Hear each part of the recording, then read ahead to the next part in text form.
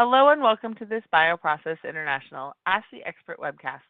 I'm your host, Leah Rosen, the online editor for BioProcess International. Before we get started, just a couple of notes. This webcast is being recorded and will be made available for replay in the multimedia section of our website. We've muted the audio lines, but we welcome you to type in your question for our speaker in the question and answer window on your screen. After the presentation, we will begin the question and answer portion, and I will ask our speaker your questions. Your questions in the question and answer window will only be visible to myself and our speakers. So thank you for joining us today. It is now my pleasure to introduce our speakers, Bob Dawes from Sartorius and Kalhari Silva from Custom Biologics. Thank you, Leah. Hello, everyone. Good morning or good afternoon, depending on where you're tuning in to listen to a talk today. My name is Bob Dawes, Senior Scientist at Sartorius. Now, before the talk from our main speaker today, I'd like to share with you a brief overview of the Octet platform and its applications. The Octet technology is a real-time, label-free analytical platform that utilizes biolayer interferometry technology for the detection and the analysis of the interaction of biological molecules. It utilizes a microplate as a sample compartment and a fiber optics-based biosensor coupled with different chemistries at its tip for ligand immobilization, which enables the detection of analytes in the sample compartment. There are a wide range of chemistries that are coupled to the biosensor. For example, protein A and protein G, which are typically used for quantitation of IgGs. Our anti-human Fc biosensor can be used for kinetic experiments with human-based IgG samples. For biomolecules that have a tag such as biotin or histidine, we have our streptavidin and nickel NTA biosensors. And for biomolecules with no tag, our amine reactive chemistry-based biosensor is available. These allow the biomolecules to be immobilized onto the biosensor and hence be used as ligands to test their binding partners or analytes. Octet instruments operate by monitoring biolayer thickness shift over time. The binding response is measured in real time as a function of increasing biomolecular density on the biosensor surface. When two molecules or biomolecules interact with one of them immobilized on the biosensor surface, which we commonly term as the ligand or ligand, and the binding partner, such as the analyte or antigen kept in solution, we see a shift in nanometers as a function of time resulting from the differences between the two light beams reflected back to the detector.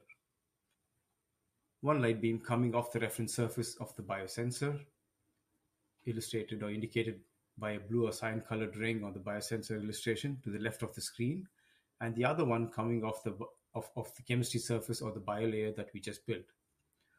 When the two interacting biomolecules dissociate in a kinetics-based experiment to measure the off rate, for example, we see a shift in the wavelength pattern of the reflecting beam from the biolayer back towards the reference beam, and in real time, we see this as a decay event of the complex coming apart. Based on the principles based in the previous slide, the Octet instrument can be used to monitor binding specificity.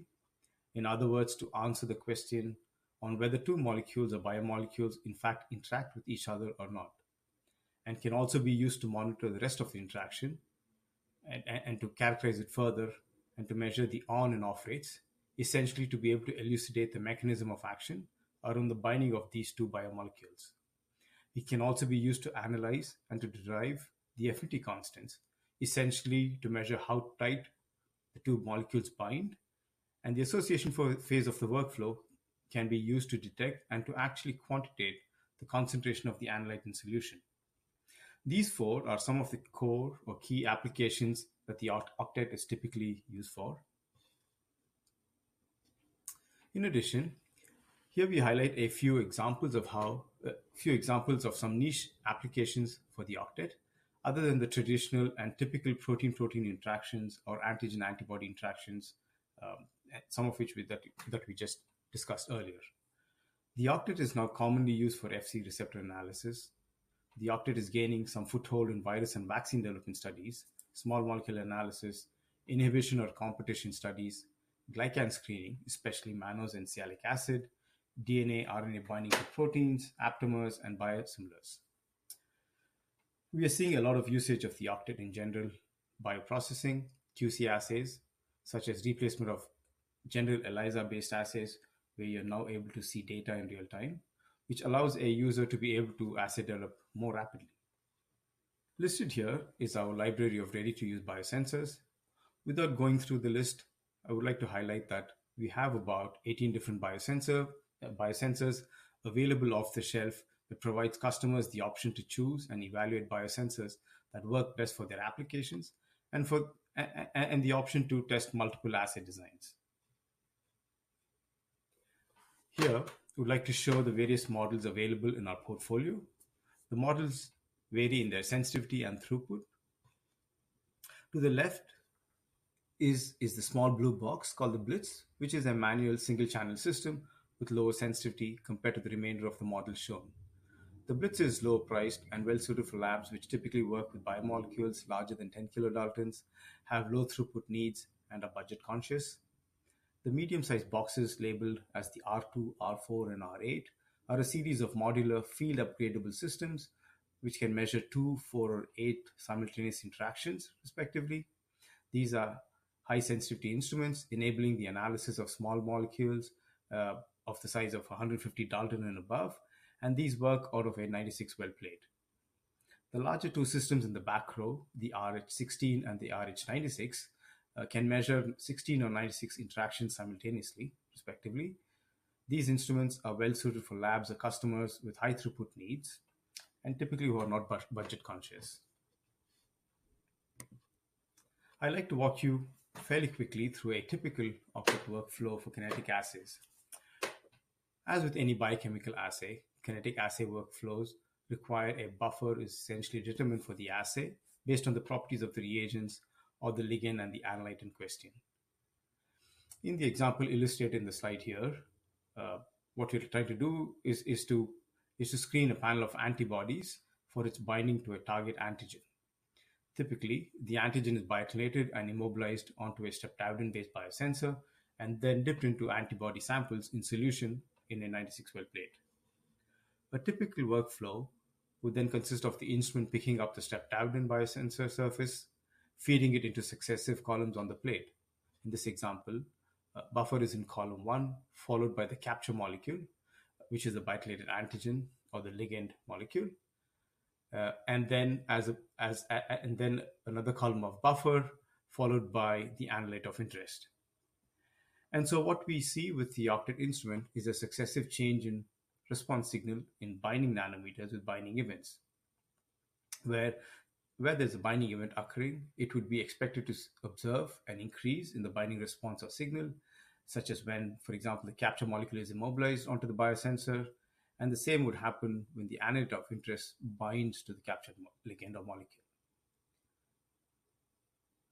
As you can see here, the association step of this particular workflow shows differences in the binding signals, implying that the analyte sample in the various wells on column number 4 have different binding profiles.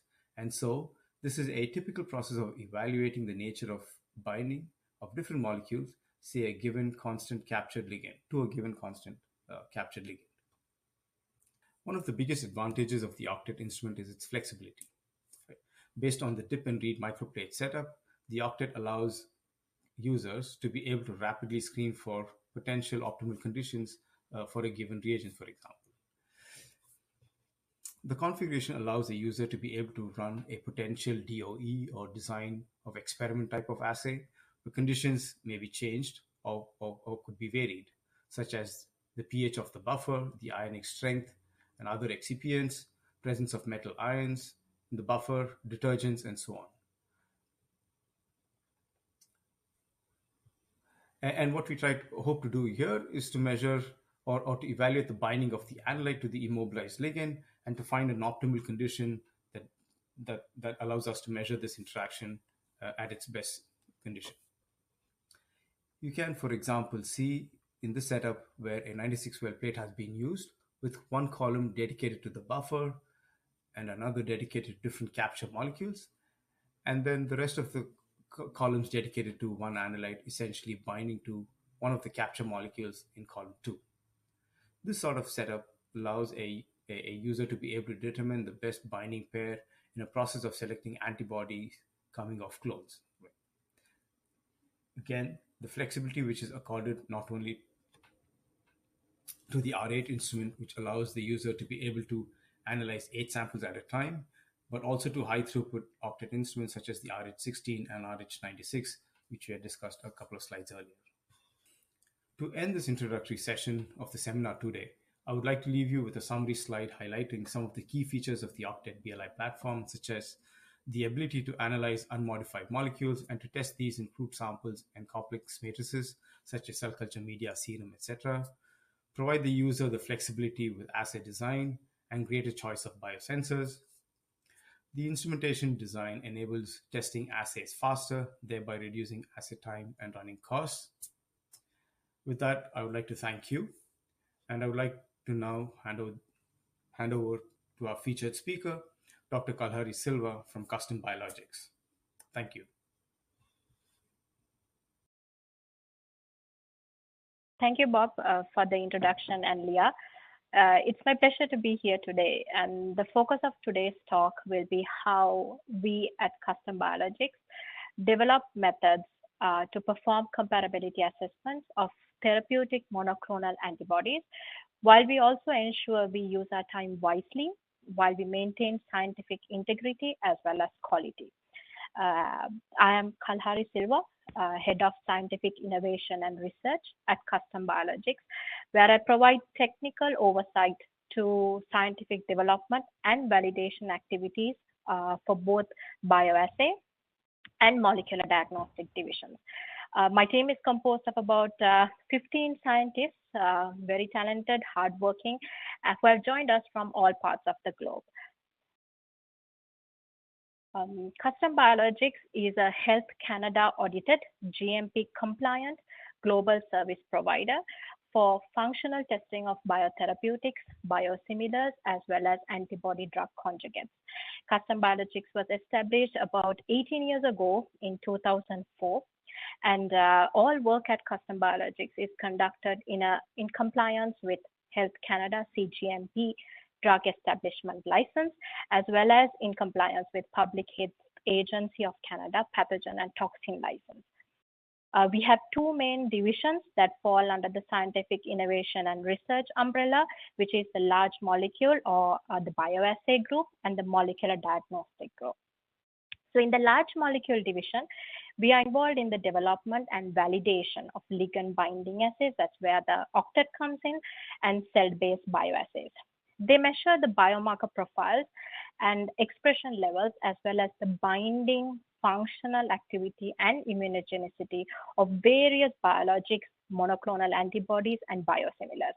In other words, it's any therapeutic with a peptide backbone.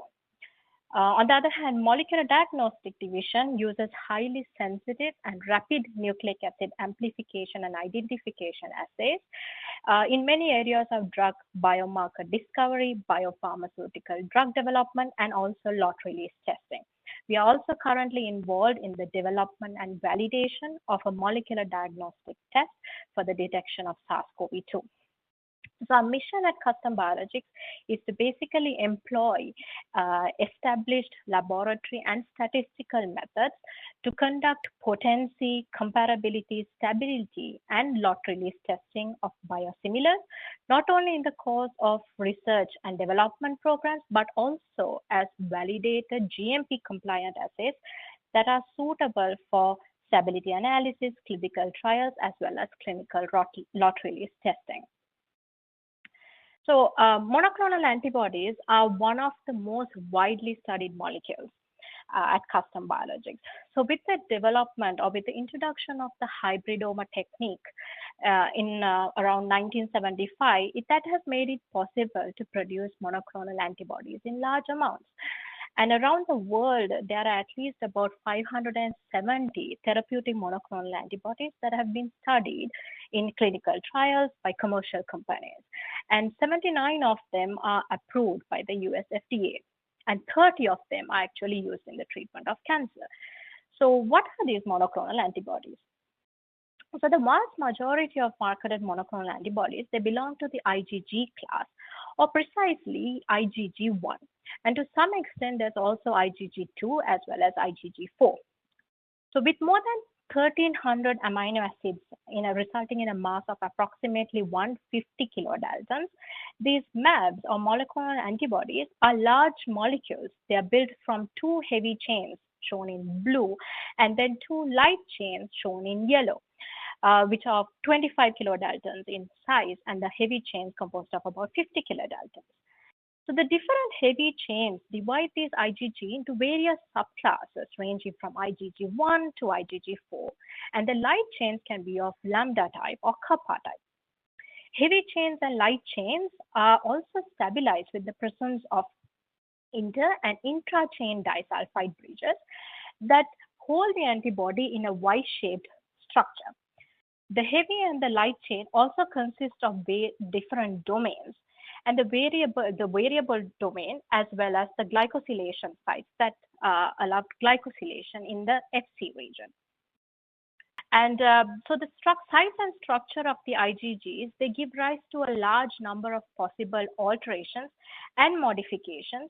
And these modifications or alterations have a tremendous influence, not only on the structure of the monoclonal antibody, but also on the pharmacokinetics as well as the function of the monoclonal antibodies. And our focus on today's talk will be how we use the octet to evaluate the impact of these alterations in the MAB's functional performance. So as we know now, MABs are complex structures and they also have numerous critical quality attributes. So what is a critical quality attribute? So if you look at the definition, it's a physical, chemical, biological, or microbiological property or characteristic that should be within an appropriate limit, range, or distribution to ensure the desired product quality. Biotech therapeutics, particularly complex products like monoclonal antibodies, they can have numerous quality attributes, and these affect the safety and efficacy of the product. So identifying these CQAs is supposed to be the first, but also arguably the most difficult in the development and production of biopharmaceuticals. This is where we have implemented the use of octet to assist many of our clients in the drug development life cycle. So for the talk today, I would like to refer to three case studies. The three case studies will look into how we optimize the binding assays of monoclonal antibodies, one to the FcR receptors, two to the macrophage mannose receptor, and three a more functional VEGF factor, vascular endothelial growth factor. So moving to case study one. So here the client consisted of three different antibodies, or it's a cocktail of three antibodies, which was generated from one expression system. So as the client migrated from one expression system to another, we were supposed to identify the comparability or how the binding changes of the three antibodies from one expression system to another in terms of binding to the Fc receptors. So we had to evaluate the binding of these antibodies to the whole Fc panel. But for today's talk, we will look into how we optimize the binding assays to Fc gamma R3A and FcRn. So why is Fc gamma R3A so important? So this is because of the induction of a phenomenon known as antibody-dependent cellular cytotoxicity. So ADCC is a mechanism of action of antibodies through which virus-infected or diseased cells are targeted for the destruction by components of the cell-mediated immune system, for example, the natural killer cells, here depicted as the effector cells. So what happens is once the antibody binds to the target antigens on the cell surface, the Fc portion of this antibody then bind to the Fc receptors that are present on the cell surface of effector cells. And there can be multiple cross-linking that is happening between the two cell types, leading to a pathway activation of ADCC mechanism of action. And ADCC is then induction is then considered an important critical quality attribute and must be evaluated to ensure biotherapeutic efficacy.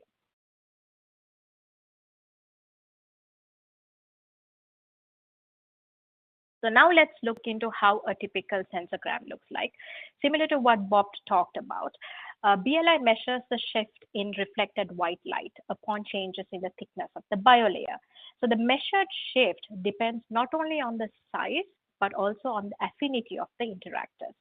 So there's an initial baselining of the sensogram that happens when the the light signal in a buffer of choice, which is then followed by a loading, for example, onto the surface of streptavidin with a biotinylated ligand.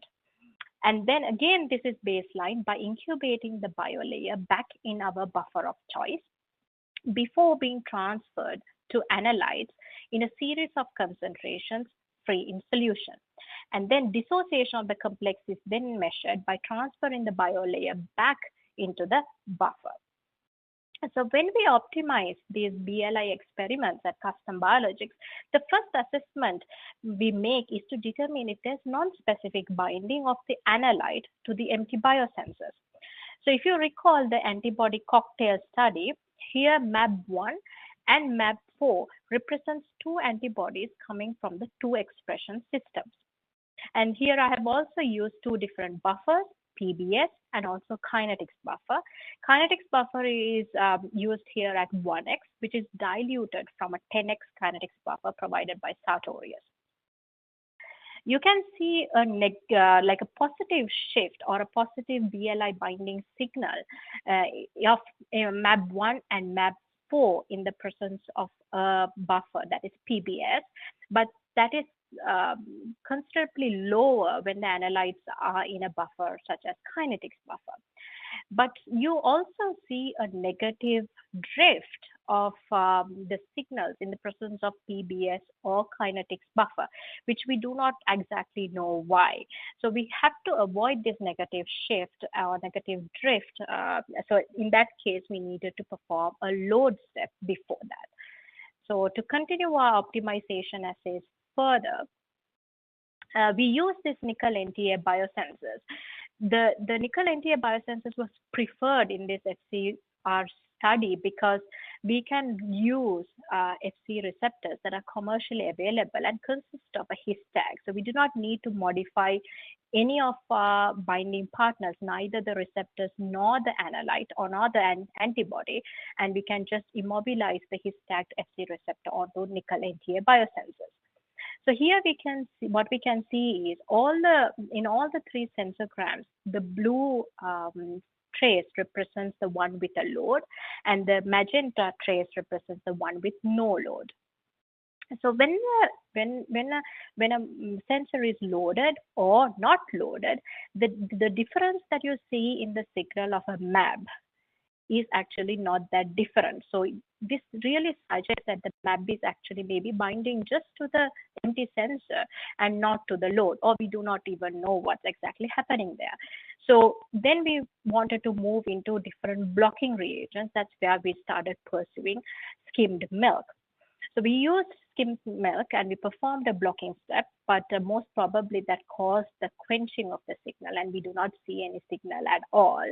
And we proceeded to reducing the skim milk concentration, but still we did not see a very high differential in terms of binding versus no binding. So we have to continue our optimization experiments, and then we use different blocking agents. We continued using different blocking agents. So here what we see is sensor C, where we use 0.1% BSA as our blocking reagent, and sensor D, which is in magenta, is twin 20 at 0.05%, and then we have another sensor without any block. So here, all the three sensors are loaded. So we do not have a no load in this case, but you see that in the presence of the load, there's actually no negative drift. And the presence of twin 20 actually gave a marginally better signal to noise ratio. So we used 0.1 twin 20 as our blocking conditions in the future. So we have another sensor which is loaded, as you can see from the red trace in the next sensogram, and then we have another sensor without a load as seen by the blue trace. So here you can see that the signal is actually quite high for the loaded sensor in comparison to the one without load, suggesting that we have reduced the non-specific binding and we have obtained a good signal to noise ratio. So then our next task was actually to move on to the next pair of monoclonal antibodies. So this is the second antibody coming from the next one expression system and another antibody coming from the another expression system. So when we're performing comparability studies, it's always nice or it's always necessary to make sure that the comparability conditions are the same throughout so that you can make accurate estimations. So here we continue to use twin 20 as our blocking, that is in the final sensogram, but you do not see a differential in terms of binding of the MAP2 and MAP5 to a loaded versus no load sensors. So we're back to square one, and this all suggests that it's just non-specific binding. So we had to change our format a little bit. So that's where we moved on to a FAB2G biosensors. So this orientation here is a little bit different, because in the nickel NTA biosensors, we are using the His tag of Fc receptors. So there it is an Fc down approach, or antibody is free in solution.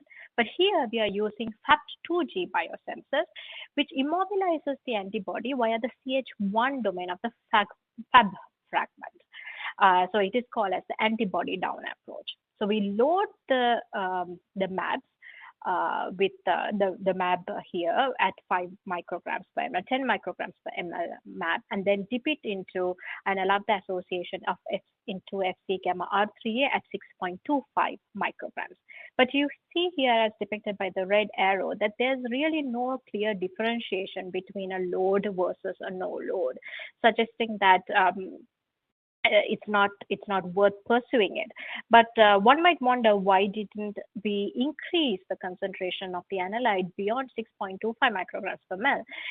This was nothing but because Fc gamma R3A is a commercially supplied product, so it was becoming economically non-viable to pursue this approach, because we needed to buy a lot more quantity to proceed further. So we had to change the assay format and use SAX biosensors next to determine if either the receptor down or an antibody down approach works.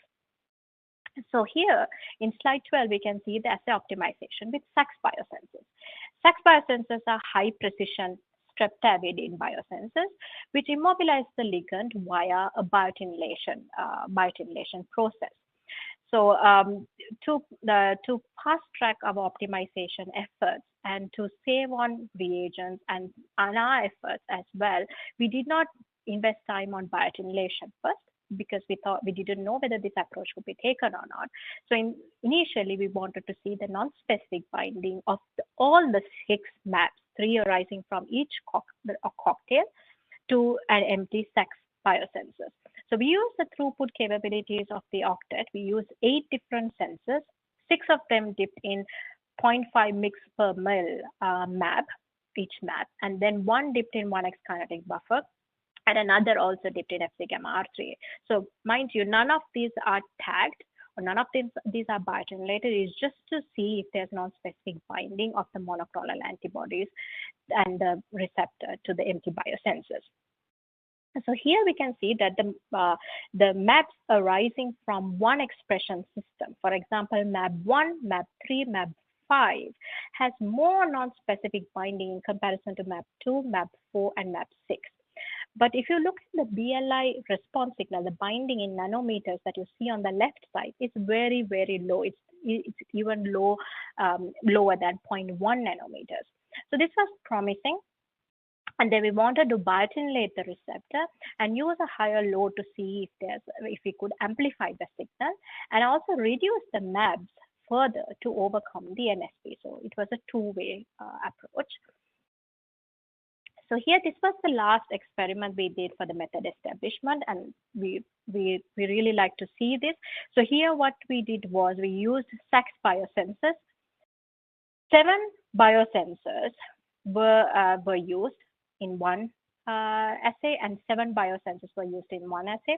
So this was actually not 2 different assays, but they were used in parallel. So it was two different sets of 7 biosensors that were run in one particular assay to see the non-specific binding.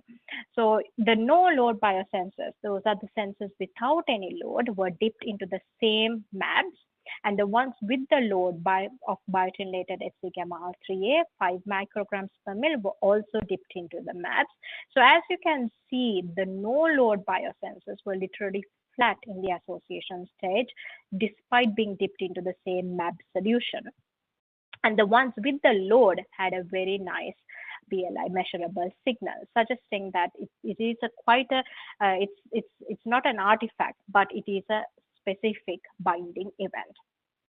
So having established the binding conditions, we then moved on to our final assessments.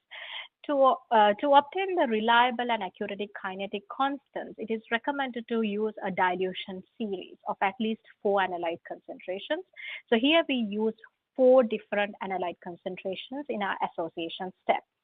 To account for assay drift, the measured BLI response of the reference sample biosensor, that is a sensor dip already loaded but dipped in 0 analyte concentration, was subtracted from each of these measured BLI responses.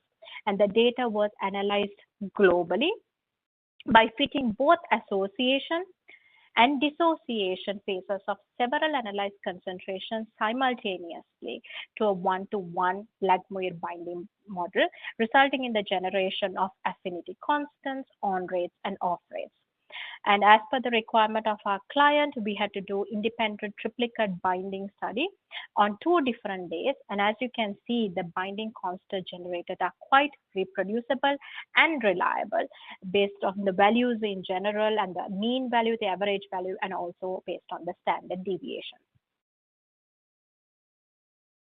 So now let's look into the next receptor. This is the FcRn, or the neonatal receptor. As you know now that the Fc region of human IgG, they contribute to a number of beneficial biological as well as pharmacological characteristics, such as the one that we talked about just now, the ADCC. Another one is that is most important is prolonging the plasma half-life via its unique pH-dependent interaction with the FcRn, or the neonatal receptor. So IgG half-life is primarily regulated by binding to this neonatal receptor, FcRn, through the IgGs, or the MABs constant region, the Fc portion in particular. So what happens is that once the Fc and the FcRn binds in an acidified endosome around pH 6, it gets rescued from the cellular degradation pathways you see in red in color in this case. And then the intact IgG is then released back into the bloodstream at neutral pH, or physiological pH of about pH 7.4. So this altered FcRn binding can either increase or decrease the serum half-life of this Fc-containing therapeutics, and that in turn affects the drug efficacy. So hence, FcRn binding interactions are increasingly being assessed at multiple stages of biologic drug development. So to understand the pH-dependent binding of FcRn and MAB, we performed a pH-dependent type of experiment.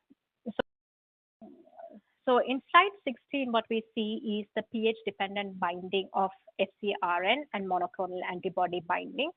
So here, 7 biosensors in total are immobilized with 5 micrograms per mil of the neonatal receptor, which is biotin-related. The biosensors are then transferred to kinetics buffer, which is indicated shown in the baseline at different pHs, ranging from pH 6 all the way to pH 7.4. And then these biosensors are transferred to the analyte that was also prepared at different pHs before being transferred back into the dissociation phase. As you can see, the association, as you can see on the sensogram on your left side, the association increases with decreases in pH, being the highest at pH 6 and lowest at pH 7.2. And on the right shows a binding isotherm that is similar to a physiological condition where the MAB binding to FcRn occurs at pH 6 shown by the blue line, and where it is released to the bloodstream at pH 7.4 quite fast or quite quickly. So similar to our previous method establishment, we also did a similar scenario to FCRN, where we use two sets of parallel biosensors, 7 each, loaded and without a load. And you can see that the non-specific binding is minimal when the no-load biosensors are dipped into the same map preparations, and the signals are quite high in the presence of a load, suggesting the presence of a specific binding event. So this is a snapshot how a data set looks like when the binding interactions were studied at pH 6. It's a triplicate binding study again, performed on 2 different days. And as you can see, the binding constants are very close to one another. They're highly reproducible and reliable, as indicated by the mean values and also by the standard deviation. So one thing I would like to point out in these FC binding studies is that how we did the fitting of this curve. So if you look at the red trace, that represents the theoretical or the one-to-one Lagmuir fit. So despite optimizing the binding assays very carefully, sometimes these FC receptor binding to MABs displays some sort of a complex kinetics, where the dissociation step can sometimes be biphasic. So what this means is that you will see an initial rapid dissociation or one-to-one binding, that is an FcRn binding to the map, and that is followed by a secondary high affinity interaction of dimerized FcRn bound to the Fc ligands to dominate the kinetic profile. So the one-to-one kinetic model can be used to fit this more complex interaction when only the fitting of the dissociation step is included in the analysis. Only the first portion of the fitting is included.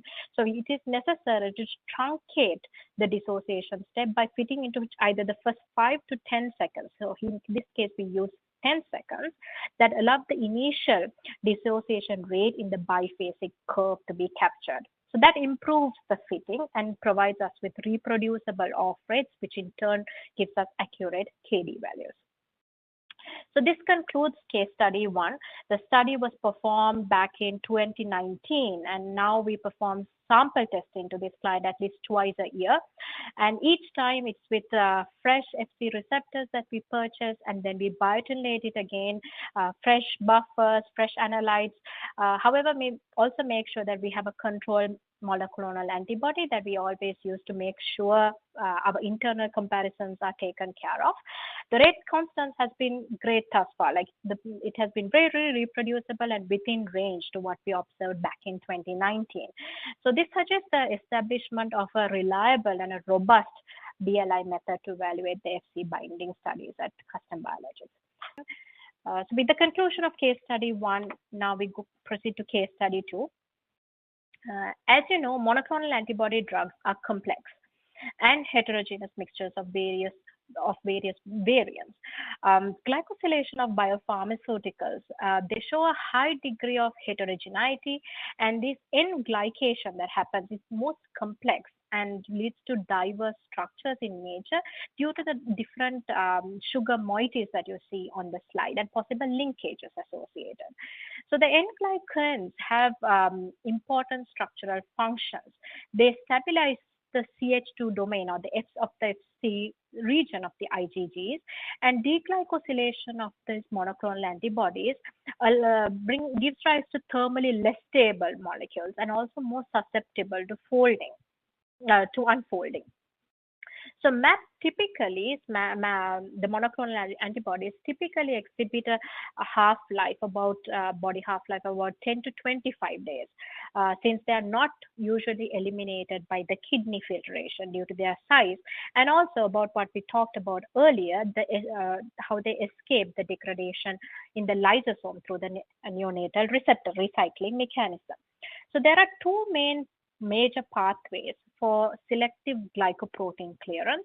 One by the achalloglycoprotein receptor, that is in the liver, which I'll not be talking about today. And the second is through the macrophage mannose receptor, which is mostly expressed on immune cells such as macrophage. And hence, binding of these monoclonal antibodies to the mannose receptor is important to be assessed. So here we are skipping the optimization assets, but briefly here we are using protein L biosensors to immobilize our antibodies via the light chain. We use the same optimization binding assay where we are using parallel biosensors with and without load. In this case, it is an antibody down approach. So we immobilize the monoclonal antibodies at 5 micrograms per ml. And then we also have a parallel biosensor set without a load. And they were all dipped into the MMR or the macrophage mannose receptor at different concentrations. So here we used 5 non-zero concentrations. So one thing to note here is that the association is quite long and the dissociation as well. So even though once you obtain the dose response curves and when they are fitted to the one-to-one model and the dissociation on rates, off rates, KDs are calculated, it's necessary to see that the KD value in this case is very much similar to what we got in the FC Gamma R3 study. But as Bob also alluded to, the on rate and the off rates here are quite different. Even though the affinity values are the same. So this gives us some sort of a mechanistic or a MOA type information, because it not only gives us the affinity values in general, but also how fast they interact and how fast they dissociate. So here it's a very slow association and it's also a very slow dissociation. So it is necessary to at least have a little bit of curvature and then the dissociation signal to where at least you see a 5% dissociation. That allows the kinetic constants to be calculated accurately and your chi-squared values and to be low as possible and R-squared values to be as high as possible. So in addition, we also moved on to performing a specificity to figure out if there's the specificity of the assay by subjecting the antibody to a deglycosylation. So we used a commercially available kit to deglycosylate the antibody using the endo S2 enzyme. And then we compared the native antibody to the glycosylated antibody and then observed the real binding responses, absolute binding responses. So you can see here that the deglycosylated antibody, when the same concentrations of the MMR are used, so in other words, the loading happened here with the native antibody. Here the loading on the right-hand side, you can see the loading happened with the deglycosylated antibody, and they were dipped into same MMR preparations. But you can see in the graph below that the native antibody bound stronger or bound at a higher rate than the deglycosylated antibody, suggesting the specificity of the assay. So the extent of deglycosylation in this case is not known. We do not know the percentage of deglycosylation, but provided that deglycosylation has actually happened in the presence of the kit, we do see a differential in the binding to MMR. So this is a snapshot how the data looks like. So our task was to compare our originator to two different biosimilars. So the three MABs, that's the originator, biosimilar 1 and biosimilar 2, were loaded onto protein L biosensors at 5 micrograms per ml. And until a BLI measurable signal of maybe about 1 nanometer was achieved, and then dipped into one preparation of macrophage mannose receptor. So it's the same concentration that we used on the slide, but on the previous slide, but it is in nanomolar concentration, which is important for the calculation of our affinity constants. So as you can see, the responses of the originator, biosimilar 1 and biosimilar 2 are very similar to one another, not only in terms of by the responses, but also in terms of the sensograms and also the affinity constants, on rates, off rates as well. So the errors, if you look at it, it's more than a log lower than the constants itself. The chi-squared values are lower and R-squared values are much higher. So this concludes case study 2, but I would like to show case study 3 where we could numerically assess the comparability of biosimilars to originators. So in case study 3, we look into angiogenesis inhibitors. So briefly, angiogenesis is the process where new blood vessels are formed from pre-existing one. Abnormal angiogenesis is recognized as a hallmark of diseases such as cancer, and there are pro-angiogenic factors that includes vascular endothelial growth factor or the VEGF family. So in humans and the mammals, VEGF A, B, C, D, and platelet growth factor or PIGF exists, and they constitute the whole VEGF family of factors. And VEGF A in particular, it exists as different isoforms such as VEGF A 121, 145, 165 that we are studying, and others like 189 and 206 as well. So VEGF inhibitors have evolved over time. So if you look at this timeline, initially there was Aptamers or pegatinib, was the first anti-VEGF therapy that was approved for the treatment of AMD that binds selectively to VEGF A165, but not to any other VEGF A molecules. And then there comes in 2005 there was bevacizumab, which has been approved for the treatment of metastatic colorectal cancer, non-small cell cancer, and also glioblastoma multiforme. It is a recombinant humanized monoclonal antibodies that bind to all VEGF A isoforms. And then there was a derivative of bevacizumab around 2006, which binds to all VEGF A isoforms much strongly, and that's also called as ranibizumab. And then that was followed by also other fusion proteins that show a higher affinity to VEGF A molecule as well as VEGF B and PIGF. So this shows that the importance of different VEGF inhibitors, the role that they play in cancer-associated angiogenesis is actually quite immense. So there's a constant development of different biosimilars to VEGF inhibitors as well. So as a part of the efforts, we were tasked to determine and compare the binding ability of an anti-VEGF monoclonal antibody originator to its biosimilar. So what if we see in slide 24 is how we assess the binding of an originator at different potency levels. So here the optimization I have skipped as well.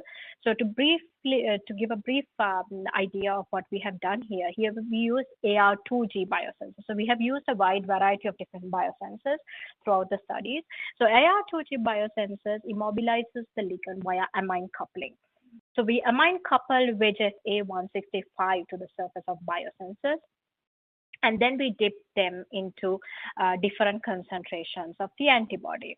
So the potency or the relative binding potency, the potency is very important for an antibody molecule to understand how strong it is in functional aspects. So in terms of the 100% potent sample, the concentration range that we use of the antibody was 1800 to 2.5 nanometers. So if you look at the sensogram in the center, that is at 100% potency, the triplicate assessments were performed, the mean responses was recorded, and the standard deviation between between replicates was very low. But if you prepare an 80% potent sample where the actual concentration is ranging from 1440 to 2, that is the first sensogram and the first table, the mean responses from triplicate studies were recorded and the standard deviation was recorded as well. And then when you prepare a 120% potent sample, the mean responses from triplicate measurements were recorded. So these mean responses were then used to fit to a 4PL curve to determine the EC50 binding values. So the EC50 binding values were then used using the equation that you see on your right side to understand the relative binding. So here we used only absolute responses to identify to understand the relative binding, but you can also use KD values, the affinity constants as well. So the idea behind performing the potency study was because we wanted to understand the linearity of the assay, how the assay changes when an 80% potent sample or a 120% potent sample is obtained. Whether can you determine the relative binding accurately and precisely. So, and here you can see that the 80% potent sample returned a relative binding of 80.9, and a 120% potent sample returned a relative binding of 120.7. So suggesting that in future, if we get an 80% potent sample or a 120% potent sample, we could actually assign an accurate relative binding value. So then the next task was also to see how an antibody originator from the same company looks like with biosimilars. So here an originator biosimilar 1 and biosimilar 2 was used as the analytes. VEGF-A again was immobilized via amine coupling to AR2G sensors, and triplicate studies were performed. So here you can see that the binding sensograms are very similar to one another, and the mean responses were very similar. Standard deviations were very low as well when the range of concentrations of MABs ranged from 1800 to 2.5 nanomolar. And when these mean responses were plotted again using 4PL curves, you can see that they are very similar to one another.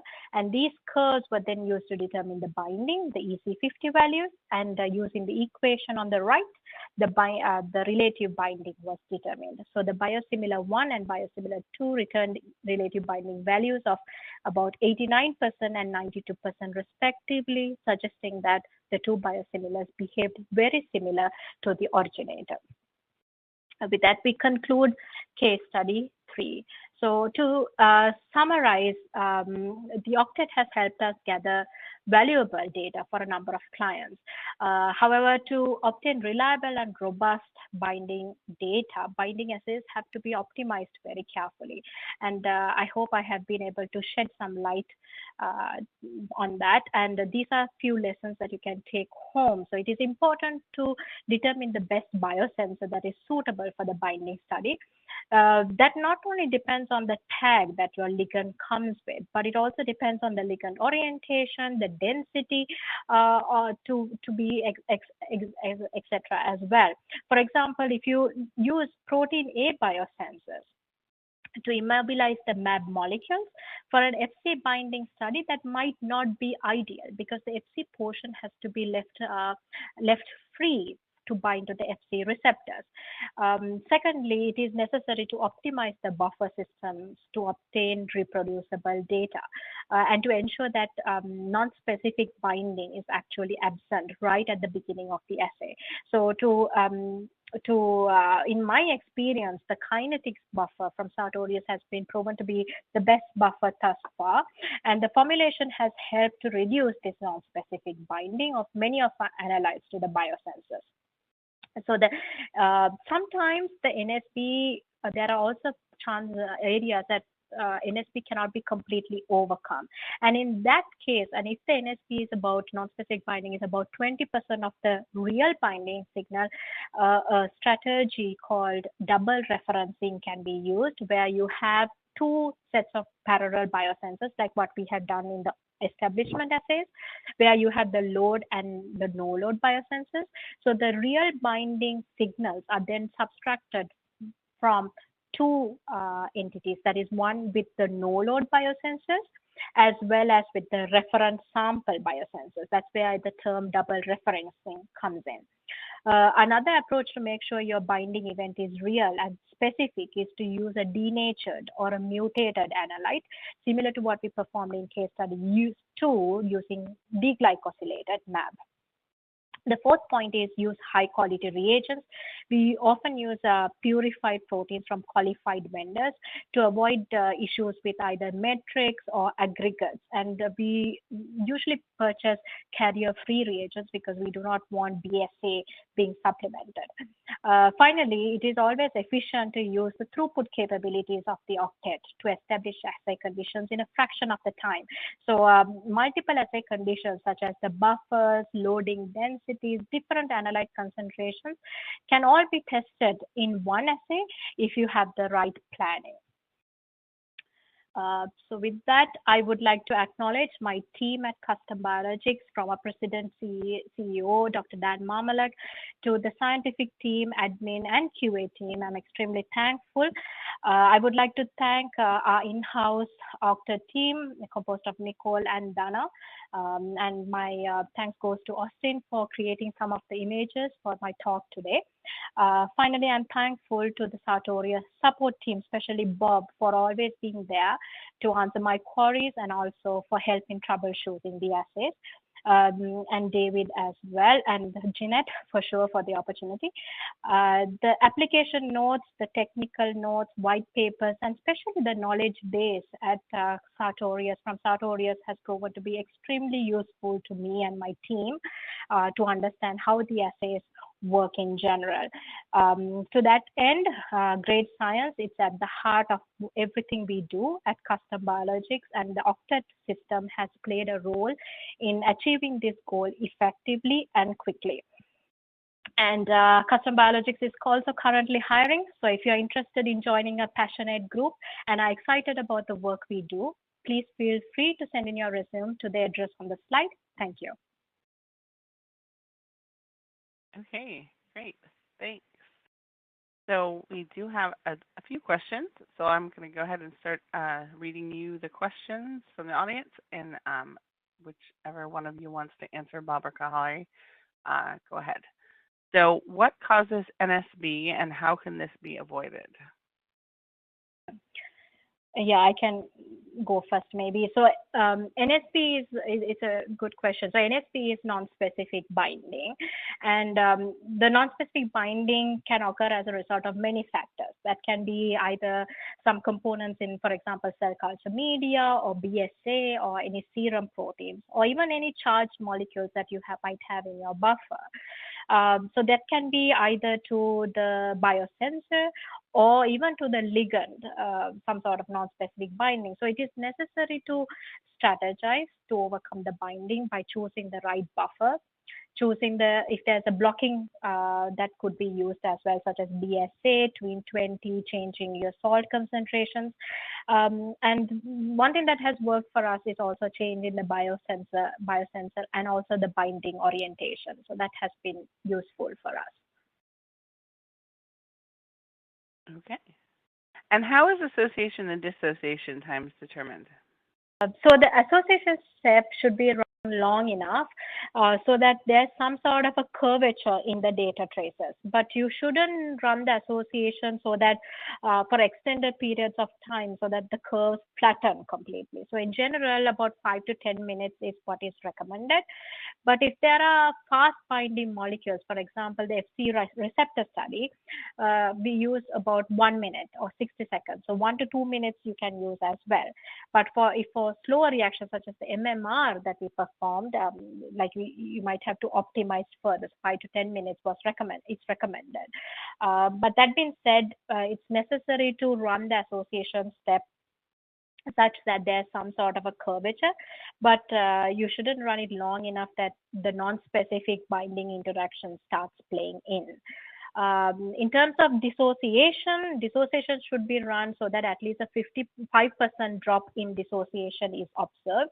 And this also depends on how strong the ligand binds to the analyte. If it's very strong, then it's recommended to run for a longer time and make sure that there's at least a 5% drop. And what does it mean to have negative binding? Mm-hmm. Bob, can you answer that? Yeah, I can take this. Yeah. So on the octet, a negative binding usually is indicative of either a change in conformation of the ligand molecule, or when we work with large molecules. One of the things we need to remember with the octet signal is, in addition to the molecular weight, the octet signal is also dependent on the thickness of the biolayer that we build at the tip of the biosensor, as well as the optical density that we can achieve there. So any change in the optical thickness would also result in a signal.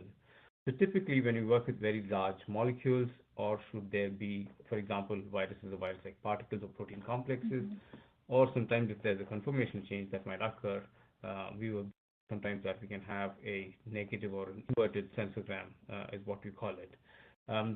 And it's a true result or data if we see a dose-dependent response. And since we recognize this, that an inverted signal can occur on the octet, the software has a feature that enables us to flip the sensograms and continue with the analysis. So most typically, inverted signals happen or occur when we work with very large molecules, or if we expect some kind of a conformational change that might occur.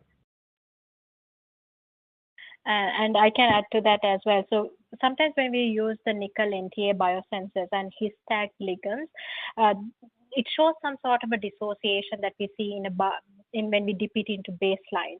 And in that case, it's also recommended to perform an amine coupling in the presence of like a chemical crosslinker like EDC-NHS to ensure that the ligand stays attached to the surface of the sensor.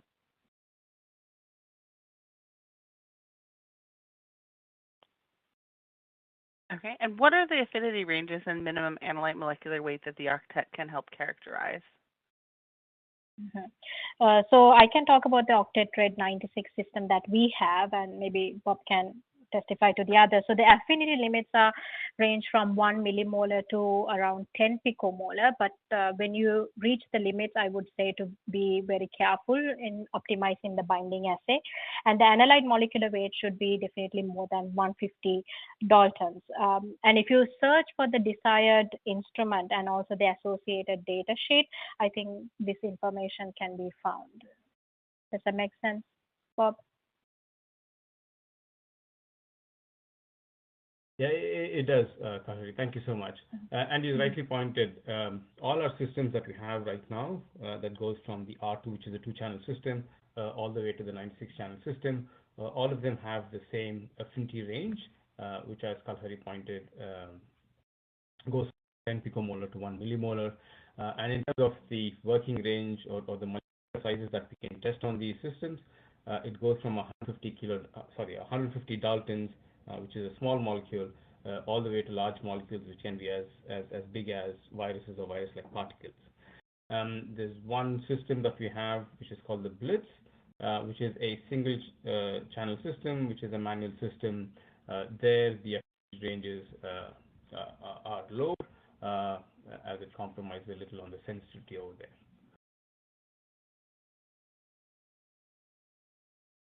And then in slide 9, why didn't you use higher than 500 micrograms per milliliter? So I would say 500 micrograms per mil is actually it's quite high for an analyte. It's basically 0.5 mix per mil, and if too high analyte concentrations are used, there's a possibility that the ligand binding sites get saturated, and that increases the potential of various artifacts and non-ideal behavior that is related to non-specific binding and also aggregation. So when we usually do the binding studies, if there is some literature values, we usually refer to them as well to make sure our binding assays are optimized correctly. And in terms of the analyte concentration, it usually starts from either 10x the KD that we expect or 100x the KD that we expect, provided we get a sufficient signal in the association step. So we do not go mostly above 500 micrograms per ml.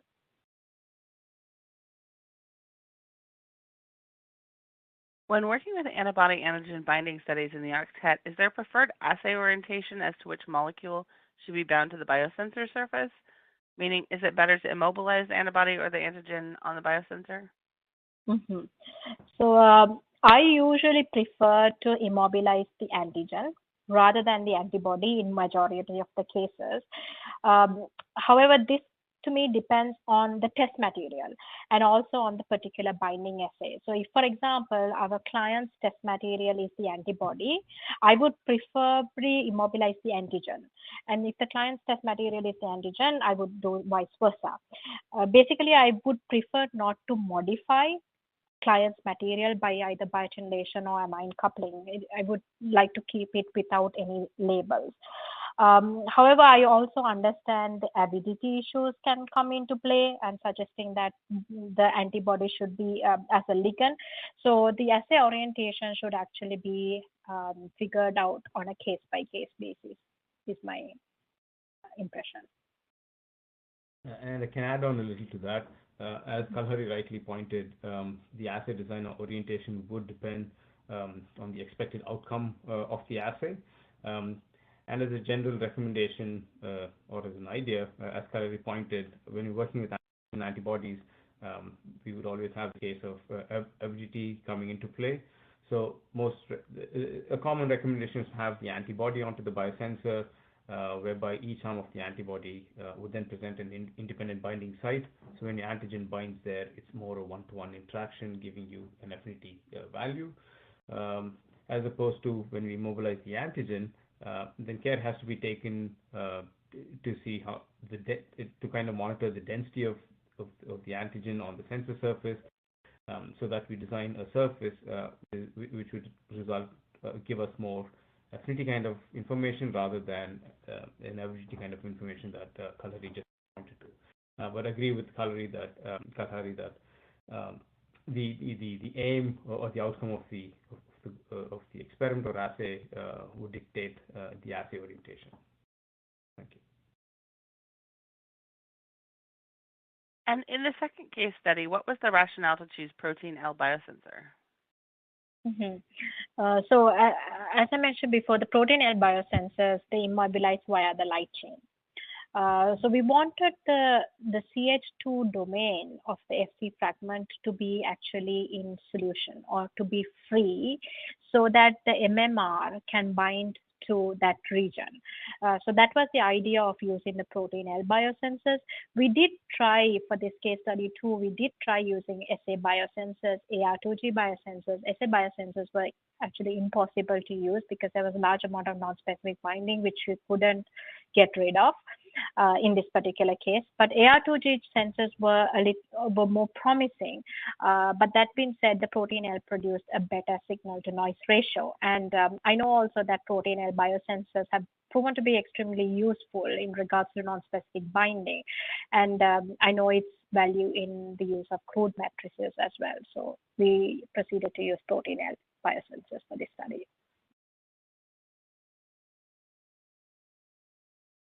And have you worked with or tested samples present in culture supernatant serum and lysates? Could you share your experience? Yes, I think it was a few years ago. We tested the presence of TNF alpha, which is a cytokine, in cell culture supertatums.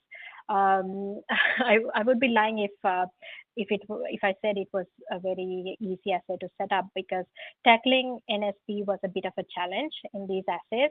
But I think the key was to use the baselines in the same matrix. So if we were using, since we were measuring the TNF in the crude matrices or in cell culture supernatants, our baseline was also a cell culture supernatant. And that helped us a lot. And it was also important for us to figure out the dilution factor that we used. So we diluted this cell culture supernatant quite a bit, specifically I would say 1 in 10. In the buffer of choice to reduce the non-specific binding. I would definitely love to explore the possibility of using cell lysates, which I haven't done, but I would love to do that in the future.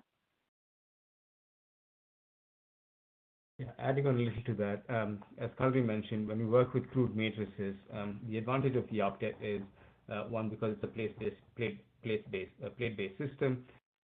Free of microfluidics, it allows us to work with crude matrices, and it's generally more tolerant to any refractant exchange as opposed to a lot of microfluidics-based technologies. But as Kalhari pointed, when working with fairly complex matrices such as serum, lysates, and culture media, so on, one would have to perform some amount of dilution or ensure an appropriate assay design by introducing blocking steps and so on to minimize non-specific binding coming from the components of this matrices. But having said that, it's something that we can definitely do on the octet. Yeah. Thank you.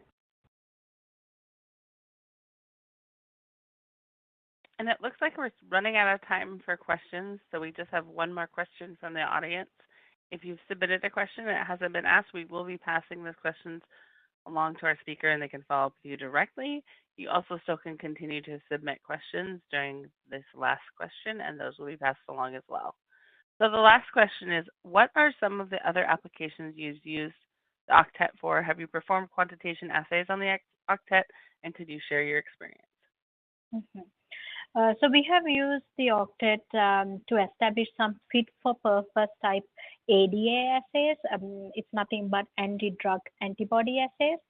So here we use the octet for the quantitation mode because we wanted to quantify the ADA in matrices such as the serum, the human serum in this case. So the challenge here was we had to achieve a sensitivity of about 100 nanograms per ml detection based on USP guidelines. I remember that it was not possible to do that with the direct classical BLI binding assay that we talked about today. So we had to opt for a bridging assay format using HRP and also the DAB substrate, which is also a possibility to amplify this BLI binding signal. And we were quite successful in establishing a fit-for-purpose quantitation assay for detection of ADAs in human serum. Thank you. Okay, well, thank you to Bob and Kalhari, and thank you to our audience for joining us. This webcast will be made available for on-demand viewing on our website, and as a registered attendee, you'll receive a follow-up email providing with a direct link. We look forward to having you join us at future BioProcess International Ask the Expert webcasts. Look for those announcements in your inbox. Goodbye.